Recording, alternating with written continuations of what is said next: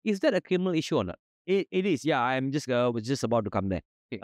Bila FIFA dah kata ada dokumen palsu yang diberikan kepada mereka, dia obviously dah jadi satu kesalahan jenayah. Oh, wow. Okay. Okey, dan sepatutnya pihak polis masuk siasat kes ini. Hmm.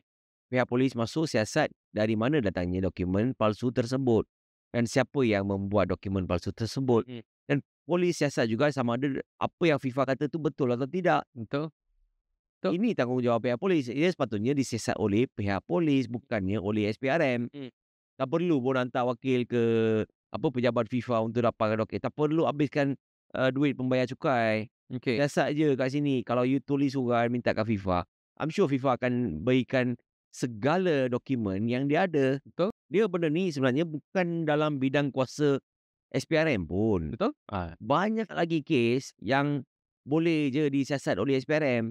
Ada pemalsuan dokumen, bagilah polis siasat, habis cerita.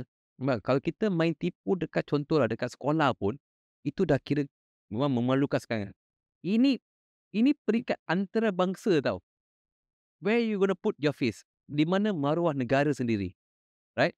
I was looking at the apa orang cakap sentiment social media lah kan. Oh, rata-rata semua orang memang marah gila about this issue. Ya kan? Right.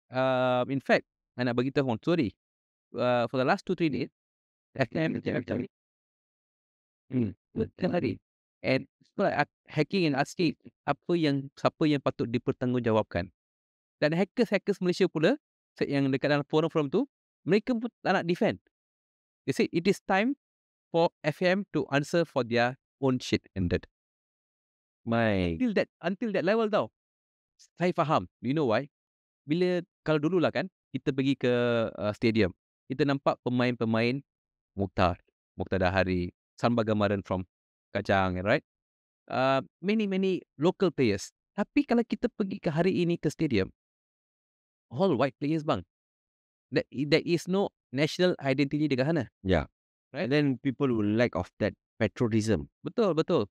And another thing is, we know very well, bila you letak pemain heritage kat sana, maksudnya you you rampas peluang daripada pemain-pemain kita. Ya, betul. Yang tak daripada sekolah, pergi ke akademi bertahun-tahun. Tapi sudah saya nak tanya, 7 pemain yang diberikan nama oleh FIFA ni, mereka tahu nyanyi Negaraku ke?